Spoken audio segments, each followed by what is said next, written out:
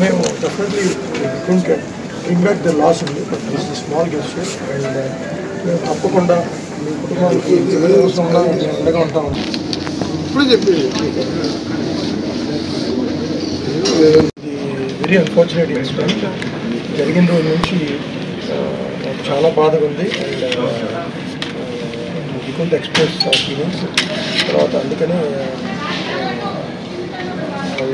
రేవతి గారు చనిపోవడం big loss for the family.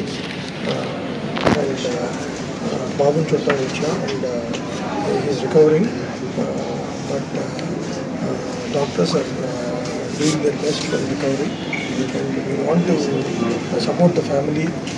So సహాయంగా చెక్